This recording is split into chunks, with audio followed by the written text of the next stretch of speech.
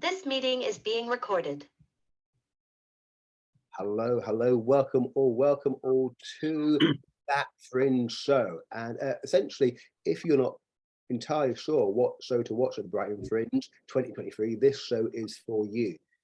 Brought to you from Ironclad Creative CIC, and we're an organisation providing networking, training and opportunities for writers and theatre makers, especially those on low incomes. In this live recorded call, we're going to have you, if you're in the audience, to turn off your cameras and mute yourself while we interview the very best of Brighton's Fringe lineup for 2023. Hello, give us a wave, best of Brighton's Fringe 2023. Look at that, fantastic, there we go. And we are going to help you find out more about their work and decide for you to what to watch this Fringe. Now, our aim at Ironclad is to support participants of the Brighton Fringe 2023 and make this a fun, relaxing show and a really delightful way for you to work out what to watch. And then we're going to upload this show onto both YouTube and our digital platform, the Ironclad Hub, and we're going to share this around as much as possible, and we encourage you to share that too. Obviously, the more that you support by sharing, the more that we get to celebrate the Fringe and the very best of the artists that we adore. So, hello, participants of Brighton Fringe 2023. How are you all? Very well. Good. Fantastic. There we go. So, what's going to happen is that to begin with, I'm going to just go around the circle of the group that I see at my screen and chat to people about their shows. And I'm going to give them like a chill for like 3 or 4 minutes just to really shout out about what their show is, what the name is, what it's about, where it is, and what the dates are. And then we'll get into a bit of a deeper conversation about all of them once we've said hello to everybody. So hello, at the top of my screen, it's Julia Knight. Hello, how are you? Hello, I'm good. Yeah, I'm in Scotland. Are you? Yeah. So, and you're bringing a show down from Scotland to the Brighton Fringe?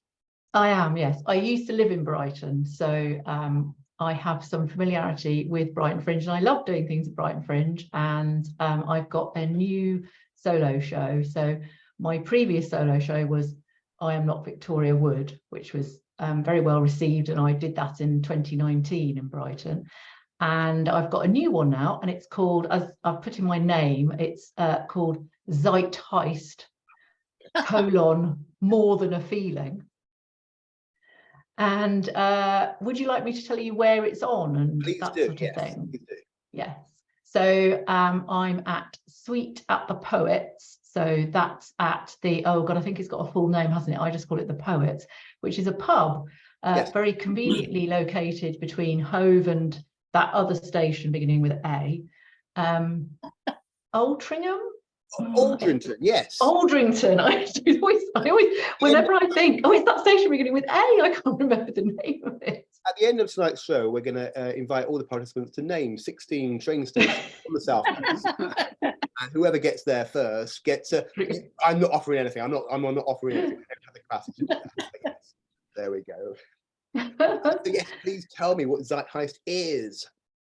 So Zeitgeist, More Than a Feeling, is a show about a concept which is about, so Zeitgeist is the feeling you get when something that you thought was sort of your thing, your interest, hobby, maybe your favorite food, and suddenly it becomes really popular and everyone else is into it.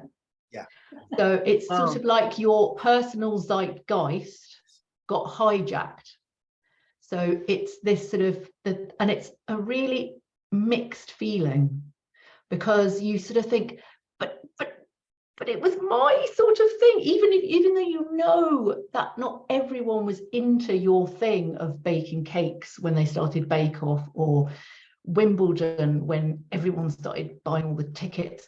But so this is an hour of really how to navigate those tricky emotions. There's a bit of psychology.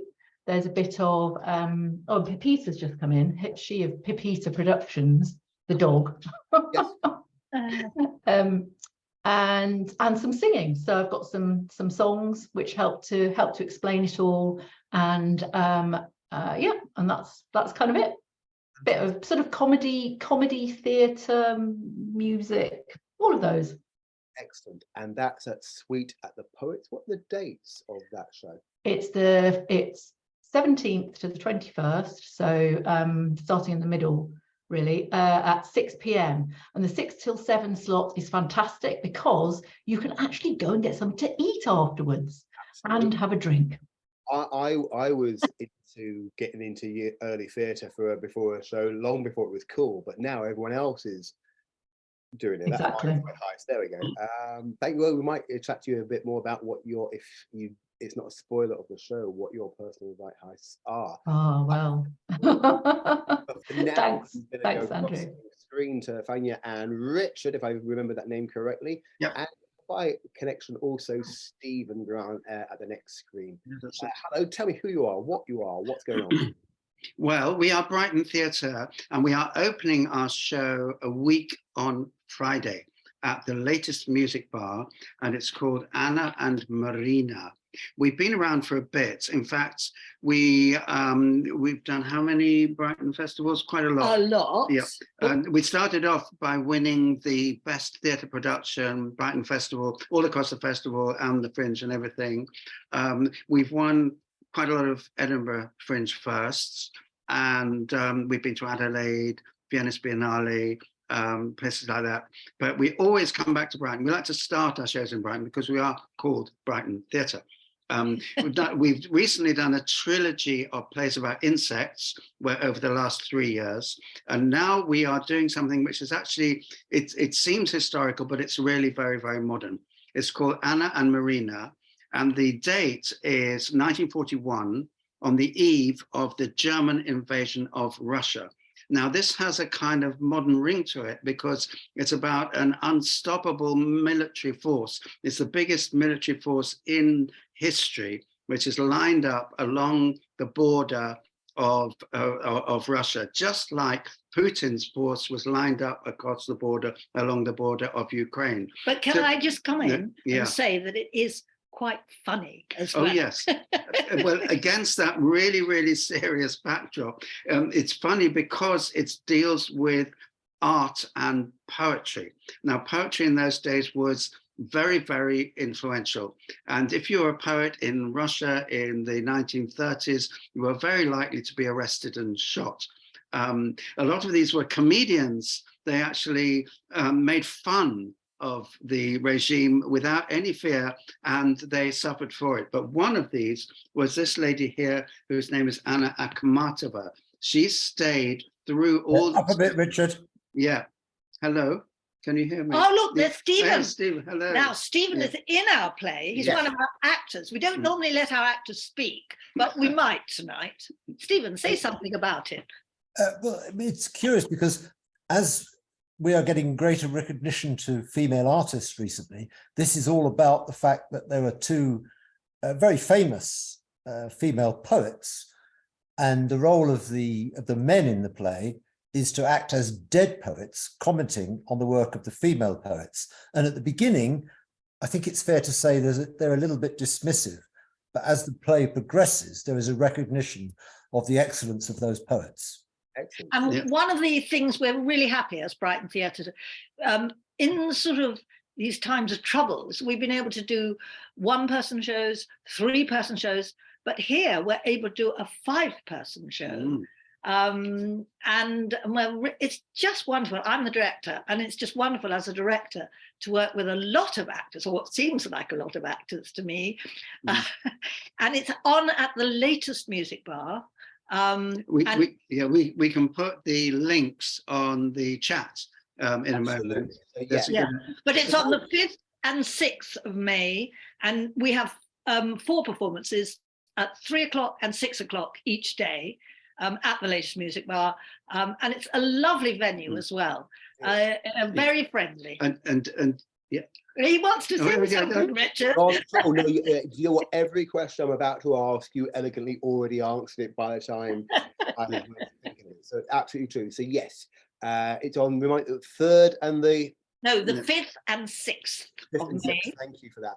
And so yes, the links for the shows, some of our participants will be putting those links in the chat for anybody watching, but also we'll be providing the links for those and access to those in the comments of that YouTube video. And indeed, any time that you're finding this video being shared by people on Facebook or Twitter or whatever, you'll find them, I'm sure, sharing the links for their relevant shows and others perhaps in the comments below wherever they're sharing the video. And what is wonderful about our show, and I won't go on for long, but it's these two women poets, and we see their relationship growing in a really difficult time, rather like they'd never met before either. They were superstar poets in the period of the teens of the last century.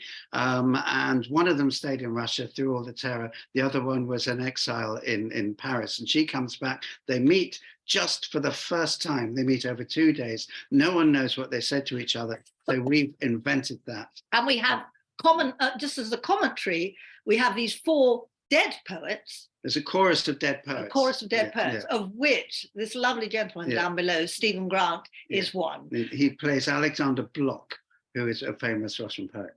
Thank you, all 3 of you. And we may well check in with you a little bit later on in the hour to find out more about that work. I'm going to move on now to Paggy. Hello, Paggy. How are you? What's going on? Hello, I'm feeling excellent, exquisite. Every word beginning with X, that's me, extravagant. Yeah, I'm feeling it. So yes, hi, my name is Paggy, and I'll start my elevator pitch by asking a question.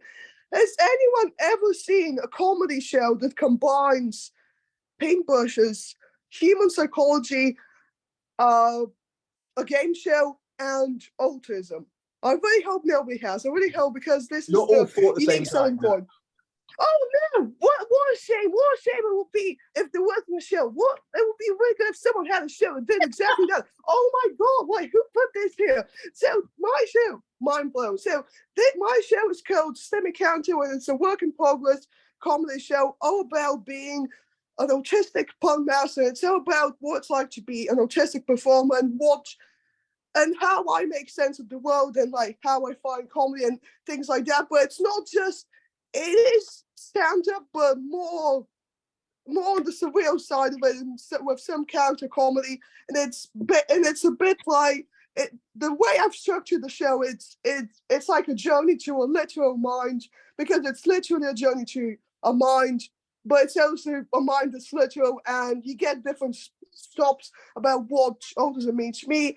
And this title, Stimmy Counter, is the world's least SEO friendly title, but it is a good title because Stimmy Counter is a combination of stimming and encanto, and encanto means joy in Spanish. Nothing to do with the Disney film, even though I like it, but it's the whole premise of the show is about how to celebrate unfiltered autistic joy, because when we talk about autism, neurodivergence, it's become a bit of a buzzword nowadays, and the way we see it is too medicalized, too clinical, and autistic people are real people, and this is just one example. So yes, do you need to be autistic to see the show? No. Do you need to want to have fun? Yes. So that's it. I realized I never said where it actually is, but where is the show? Good question. The show is at Presuming Heads on London Road, which is 5 minutes away from Brighton train station, and it's on the 2nd floor, and I'm doing shows on the 5th, 6th, and 7th of May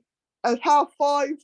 And then I'm doing 4 extra shows on the 14th, 15th, 16th, and 17th, oh my God, of May at 6:45 at the same venue. And none of the days clash with Eurovision. You're welcome, guys, intentional, because I'll be watching Eurovision. But yes, come along, 7 shows. Come along, show 7 if you want. And it's pay what you want /free. So my biggest goal is just to get bumps on the seats. So yes, come along. It'll be a great night. I'll pop the link in the bio. Thank you. I can confidently say that you've answered every single question that I might be able to ask. So well, fantastic, good work, excellent. Just to sort of clarify that, however, because as we say, we're going to be putting links in the chat for those of us watching, but also links in the comments below our YouTube, etc. Just remind me again, please, of the dates and the venue of your show. Yeah, so the show Stimmy Counter will be at the Presuming Heads, and the dates are the 5th, 6th, and 7th of May at 5:30, and then I'm doing 4 other shows on the 14th, 15th, 16th and 17th of May at 6:45, and all 7 shows are 1 hour long. And yes, come on, that's it. Yeah, come along, I'll pop the link, and yeah. Excellent. Thank you so much, Maggie. Well done. Thank you. And next up is Belsky. Hello, Belsky. How are you? What's going on? Hello, I'm Belsky. My show is Cliteracy, Are You Clitoris? And What's it about? Who knows? It's debut smashing feminist theatre. It's my 5th solo show, and it's my first one with an interval. So normally I do the 1 hour Fringe thing, but I thought, no, I'm going to go for the interval show. So 2 parts, and because there's just so much content, and the idea for the show came from my previous show, which was Me, No Pause, my menopause show. So I'm in my previous show, I did the history of menopause treatments, and one was clitoridectomy. So if you were alive in 1888 in London, your husband would take you to Isaac Baker Brown in London with hysteria, and he would remove your external clitoris. So I thought, oh my God, started researching, and it became a whole show. So it is theatre, not comedy. There are some lighter, funny elements. So I have some comedy songs, audience join in, lots of audience interaction. But it's some elements in it. So I cover socio-linguistics, the language we use to describe our genitals, and why the word clitoris has been erased and silenced, and why it's shameful and a taboo. I talk about some great art activism. Anyway, you're going to ask me some questions later, aren't you? So, yes. So basically, I'll wait for your questions, but it's on at the Brunswick Hove. So that's at the bottom of Holland Road near Hove Lawns. It's on 3 Sundays.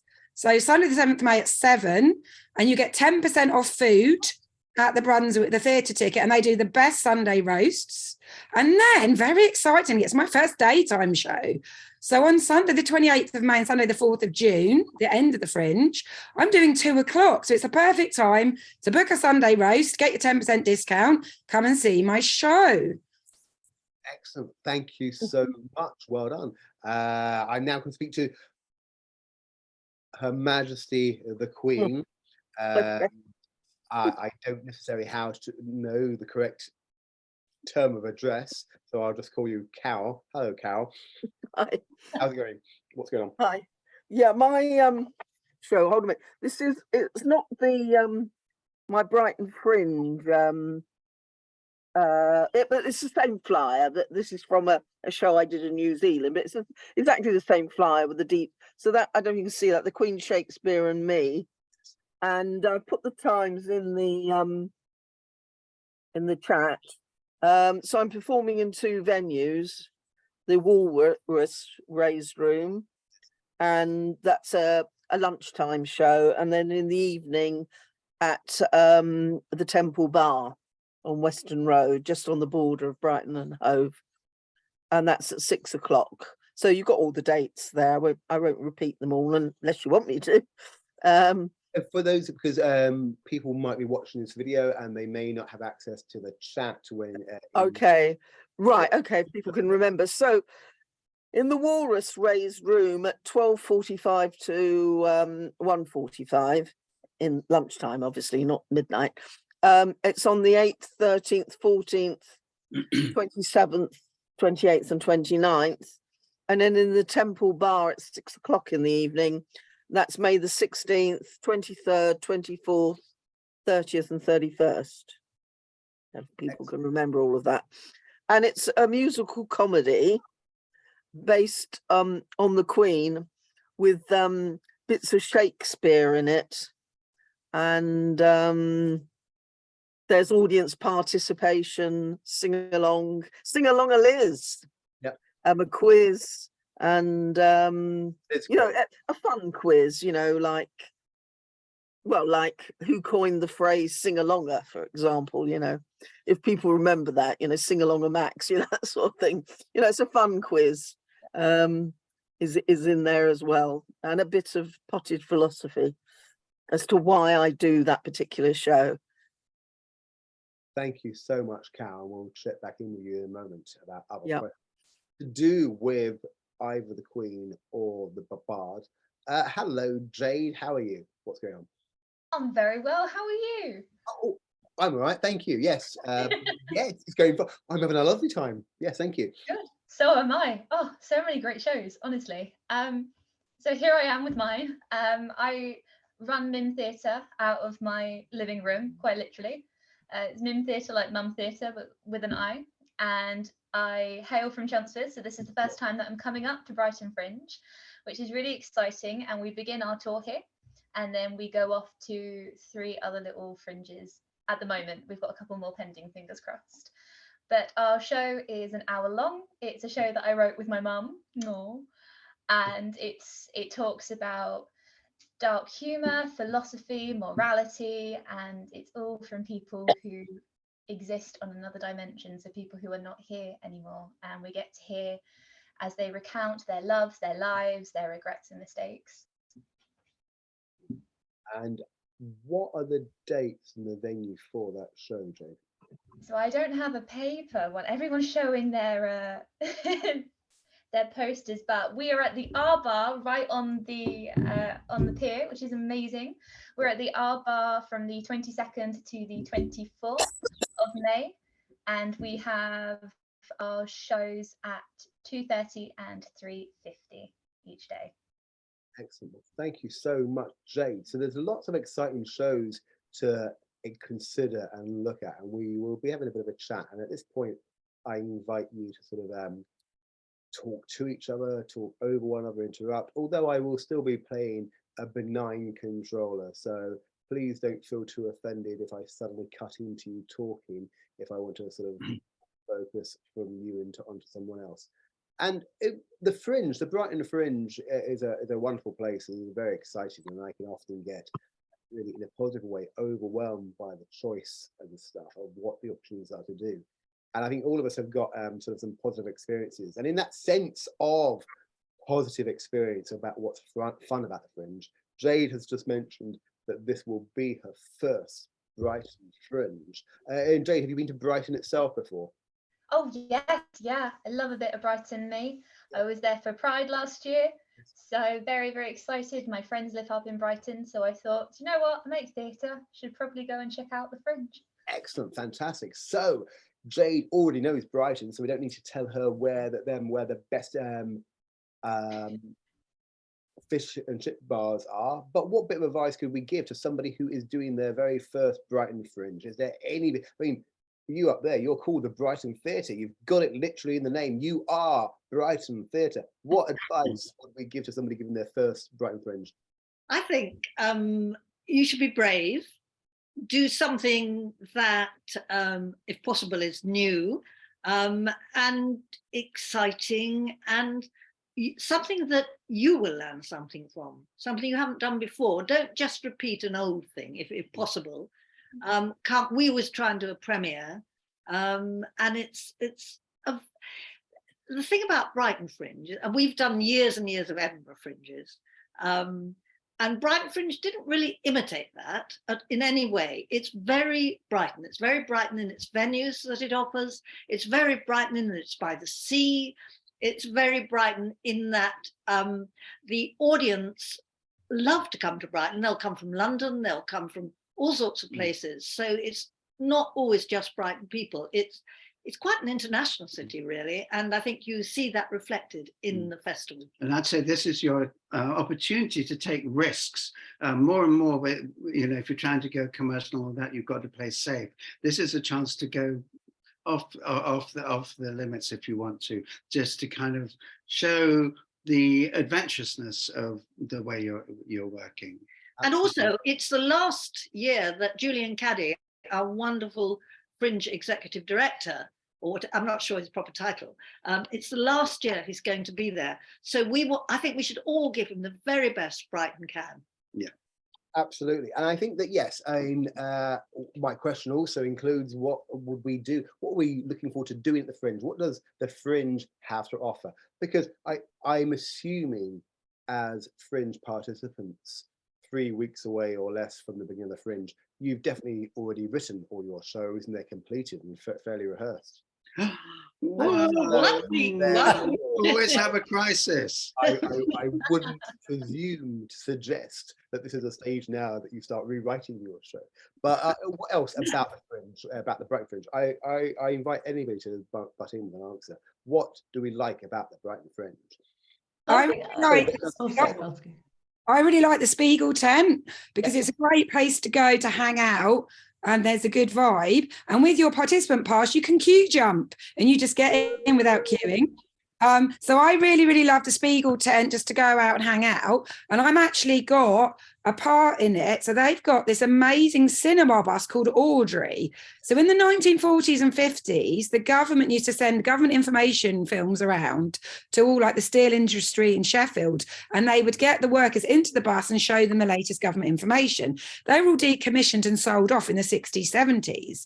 So somebody bought it and restored it. And every year the Spiegel tent have Audrey, the cinema bus. So I'm going to be doing a couple of little turns in there.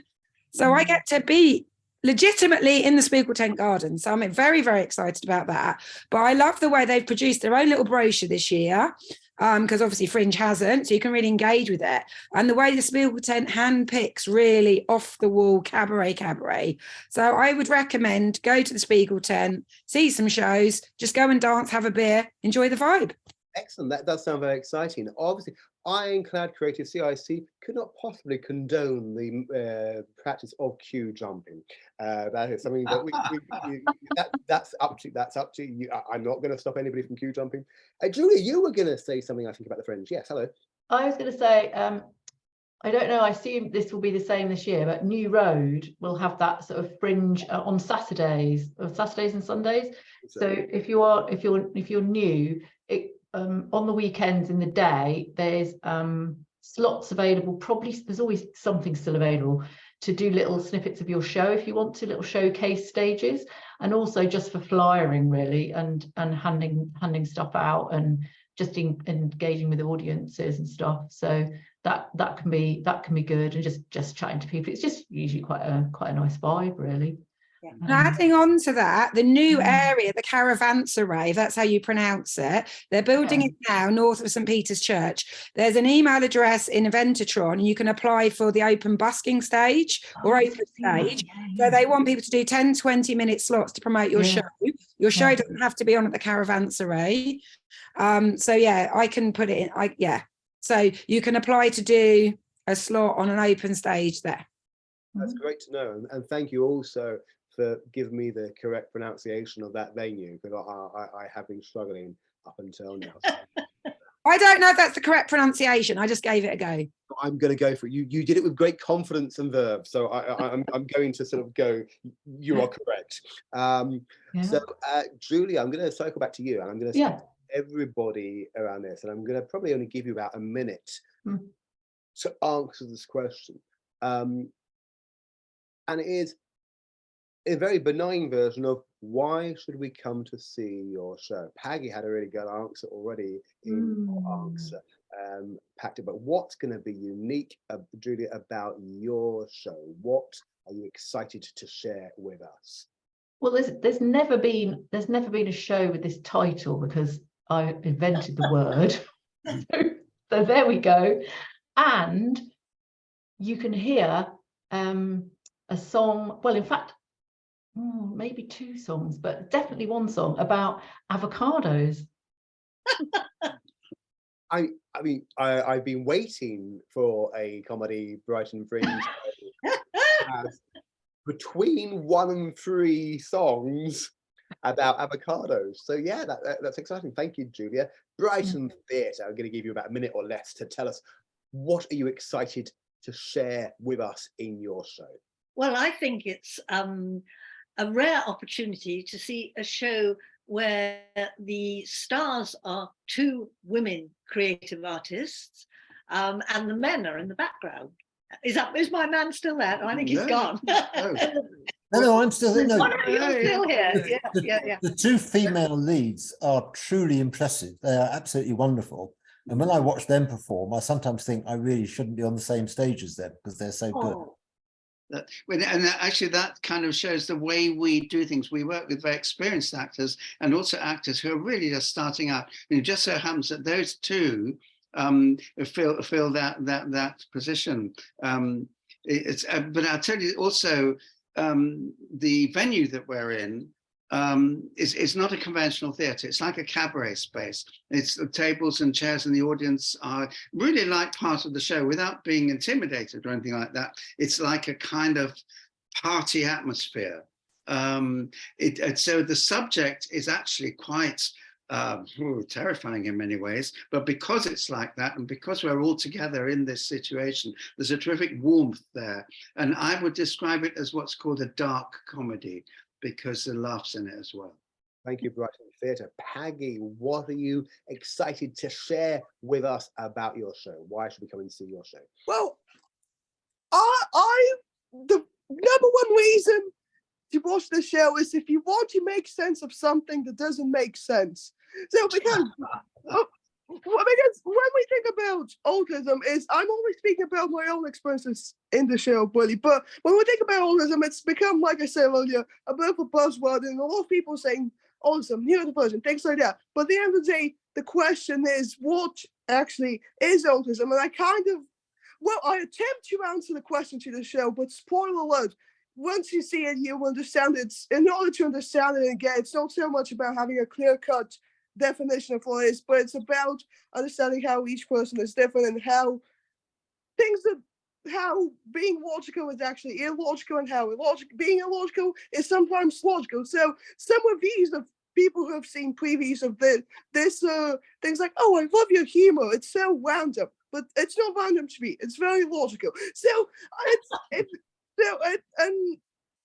you want to see a show that celebrates unfiltered autistic joy with unfiltered water, watch this show, because it's about people and understanding people rather than having a textbook definition of what a given condition is. So yes, if you think this is wacky, get ready for 1 hour of me. So yes, that's why you see the show. It's offbeat comedy. Apparently, that's what the flyer says, and I'm not going to judge the flyer. Whoever made it, aka me, was right. You're committed to the flyer now, and I am loving the term autistic joy. That's beautiful. Belsky, hello. Why should we come and see your show, or what are you most excited about sharing with us in your show? Things that you will get in my show, which you will not get elsewhere. You get to sculpt a clitoris out of Play-Doh. You get to play, and remember, the majority of the clitoris is internal, and most people do not know its full anatomy. You will receive the sex ed you never received at school, i.e. how to arouse a clitoris, the full anatomy of arousal. You will get a phone quiz, and I award certificates, and you may graduate as PhD, MSc or BSc in cliteracy. I should get a certificate to hold up. And you get audience interaction, and there's sing-alongs, and I get people on stage to help me. So although it is not comedy, there are some light, fluffy, comedic fun elements. So nowhere else would you get to sculpt a clitoris from Play-Doh. I defy anyone not to be intrigued by that possibility. Come on. Fantastic. Carol, what do you want to share with us from your show? Why should we come and see the Queen, Shakespeare and me? Well, you've got me in a wig and a tiara and a headscarf. Not all the time. You get free cake, Battenberg cake and Duchy original biscuits, hand baked by Prince Charles. King Charles, sorry, is king now. You get a sing-along, you get a quiz. What could be, better? What could be better? Yeah, what could be Battenberg better than all those options? Thank you, Carol. Excellent. And Shade, hello. You know the question by now. What are you excited to share with us about your show? Why should we come and see Glad to be Dead? I think if you like history, you should just come and see it. We have true events from victims and murderers across the world. We have fictional icons from Oscar Wilde all the way up until the author of Jekyll and Hyde. We have queens and kings throughout history. We're a cast of 4 people and we take on so many different roles. It's just something different. We like taking personality and we like seeing the human experience, and I like twisting that on its head. So if you like gothic morality, an hour show and a show that ranges from £10 to £5, come down to the R Bar really when we're there. Is your mother in the show? No, no, she's a writer and only a writer. That's a lovely question, because of course, as you say, if we remember correctly, Jade, you have co-written this show with your mother. Is that a correct memory? Yeah. So that's a lovely question, Stephen. I invite everybody, if you've sort of like been intrigued by a detail that's come up about somebody else's show, to sort of wave your hand and ask a question. Now, there's going to be 2 things that could happen here. Well, 3 things. One is that people ask questions. One is that I now get met with an awkward silence while nobody can think of a question. Or that might be that your show might not be asked questions. If nobody asks you questions about your show, please don't feel sad or left out. It's just because actually I've now put a lot of pressure on the group to ask questions of others. But yeah, did anything come up? Is anybody intrigued to hear more about somebody else's show? That's what I'm saying. It's an awkward silence. Look at that. Yeah. What about the clitoris show? Yes. Hello. We're doing a show about women as well. Did you find that you had to struggle to get this together and to get an audience to see this in what up until fairly recently was a very male-dominated world? First point I'd like to say is not everyone who has a clitoris is a woman, and not all women have a clitoris. I have gendered language section, and my show is fully inclusive. My previous show was about the menopause, menopause, and before that, Blood, Glorious Blood, about menstruation. So I live in Hove. I do most of my work in London, but people kind of know me. So it's hard to describe what I do because it's multi-genre. It's theatre, it's comedy, it's political, it's got spoken word, it's got props, it's got cabaret.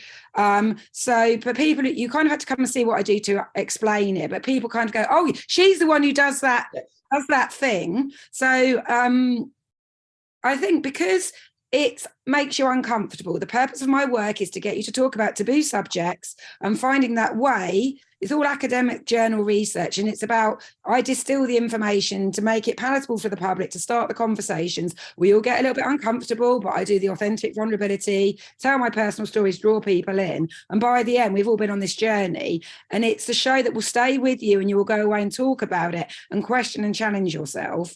So I think with the menstruation show and the menopause show, I got an audience, and I always want more allies.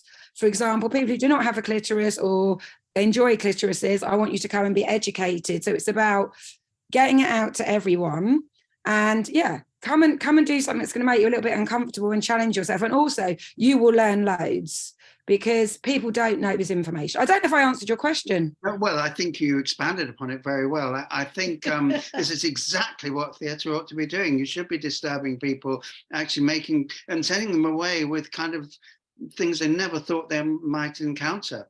And you're very diverse in it, in that you've got comedy, you've got songs, you've got information. So it's entertaining, and it's also informative and hopefully life-changing. And it exposes some very crucial things which are happening in the world today, and you are addressing them full on.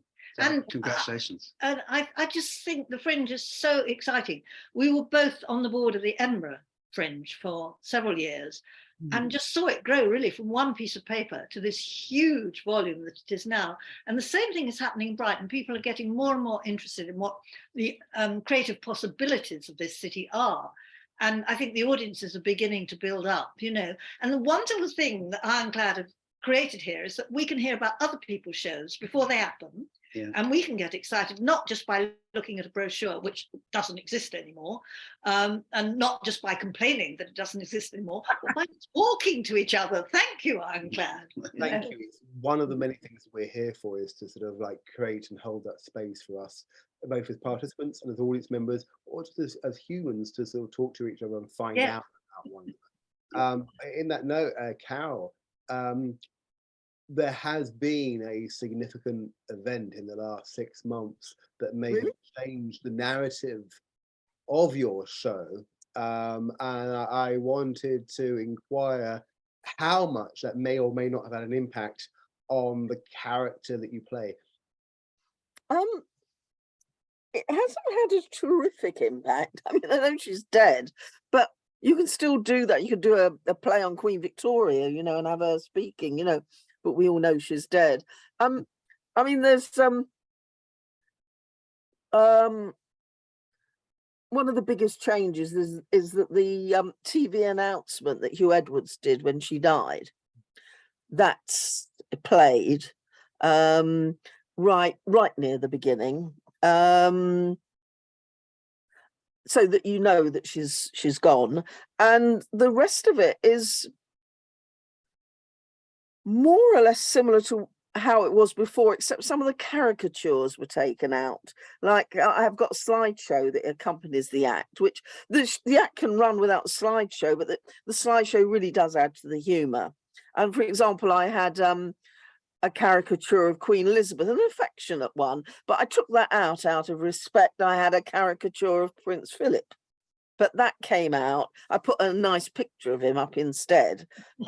You know, so to show just a little bit more respect in case people thought that I was being disrespectful. But a lot of the other stuff that goes on, there's a series of vignettes of what the Queen reveals about herself that you wouldn't expect, and most of those have stayed the same.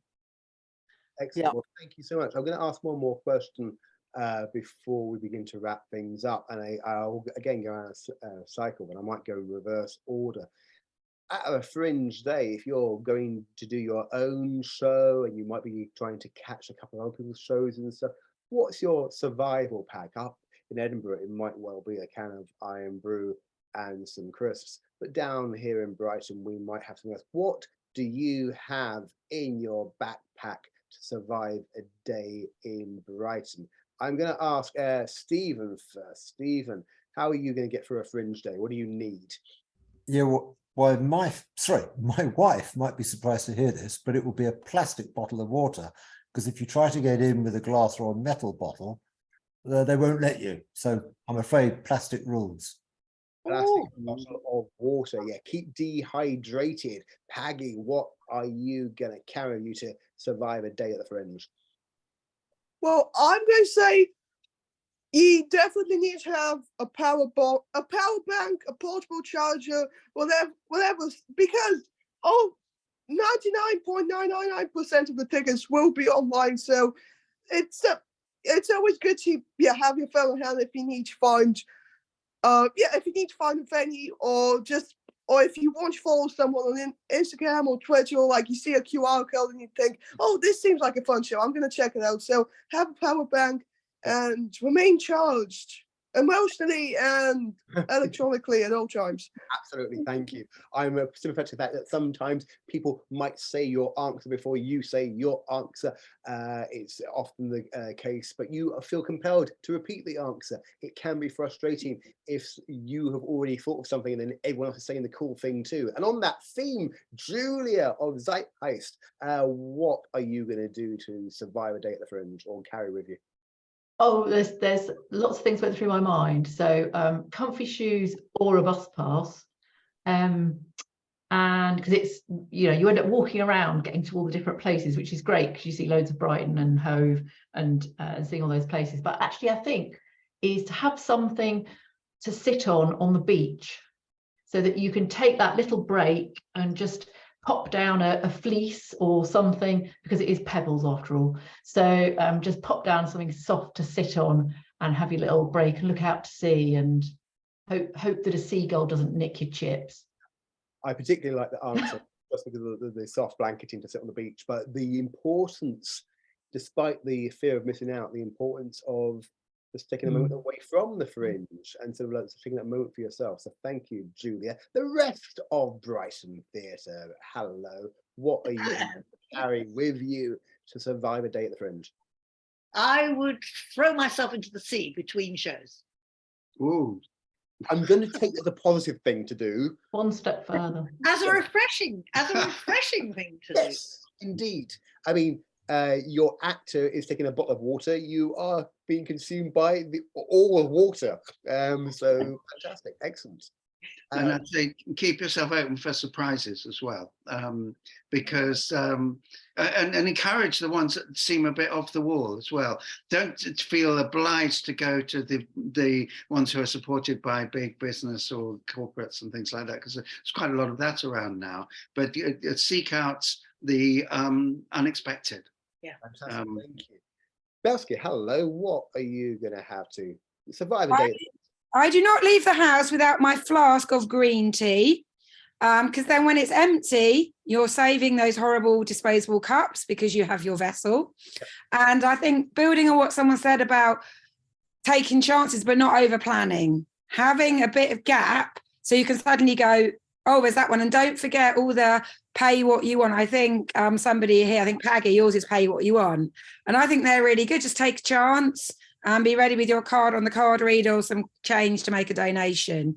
So I think, yeah, take a chance on something you're not sure about, because what's the worst can happen? You can go, but so I agree. Keeping away from the corporate sponsorship, supporting new and up and coming, try something different. Excellent. Thank you, Carol. How do you survive a day at the fringe? You do fringes all across the world, Carol. How Yeah, well, having a bottle of water, and I've got my reusable cup, you know, for coffee or tea or whatever. Very handy. The power bank.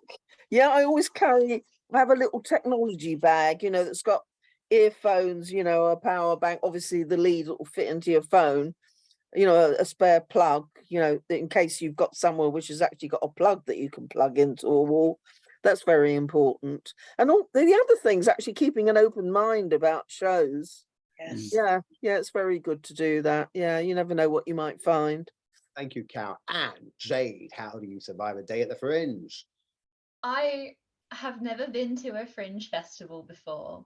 This is my first time going to a fringe. It's my first time performing in a fringe, putting on a fringe, doing anything. So I guess from a very uneducated mind, I'm bringing merch, baby. I'm going to be walking up and down that pier. You want a button? That's fine. You have one. You want a flyer? We're doing competitions, like new up and coming mim, baby. We're going to try.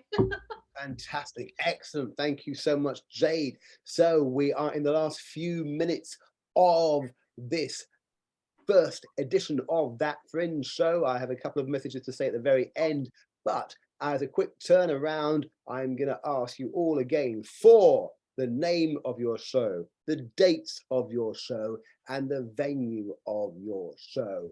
Julia, please. Zeitgeist, More Than a Feeling, at Suite at the Poets, 6 till 7 p.m, 17th to the 21st of May. Fantastic. Thank you, Julia. Brighton Theatre, hello.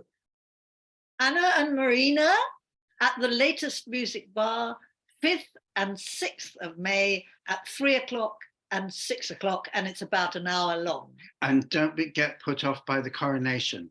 The latest, they're going to be showing the coronation upstairs in the morning and up till lunchtime, and then you can all come down to the Cabaret space for the afternoon performance. And the latest bar is in Manchester Street.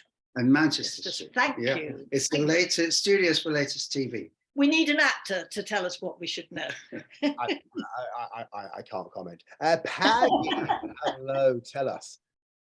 Stemmy Canto will be at Presuming Heads across 7 dates. The 5th, 6th, and 7th of May. That's from 5:30, and then the 14th, 15th, 16th, and 17th of May. That's at 6:45. All 7 shows are 1 hour long. Once again, Stemmy Canto at Presuming Heads on London Road, 10 minutes away from Brighton train station. Excellent. Thank you, Paggy. Abelski, hello, tell us. Literacy, are you cliterate? On at the Brunswick, Holland Road, Hove, near Hove Lawns and the Sea, 3 Sundays, the 7th at 7 p.m. and the 28th of May and the 4th of June at 2 p.m. Thank you. Carol, hello. Hi. Yeah, it's the Queen Shakespeare and me on at the Walrus Raised Room, the 8th, the 13th, 14th, 27th, 28th and 29th, 12:45 to 1:45, and in the Temple Bar on the 16th, 23rd, 24th, 30th and 31st of May. So it's not going into June. And that's 6 o'clock to 7 o'clock.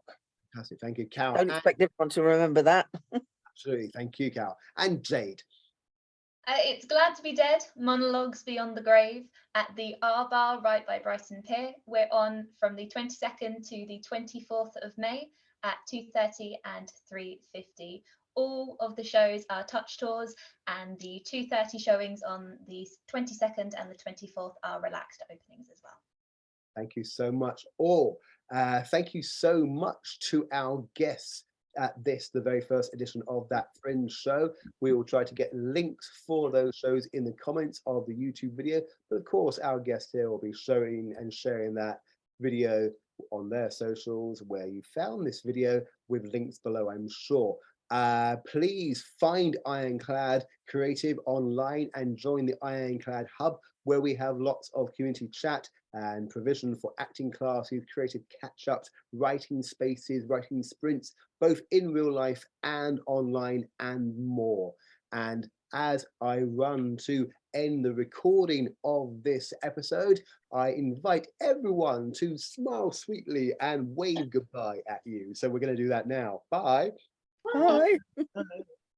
Royal wave. Done. Oh wait, I can't do it. Yeah, apparently I can't without holding my discovering my own face. Excellent. And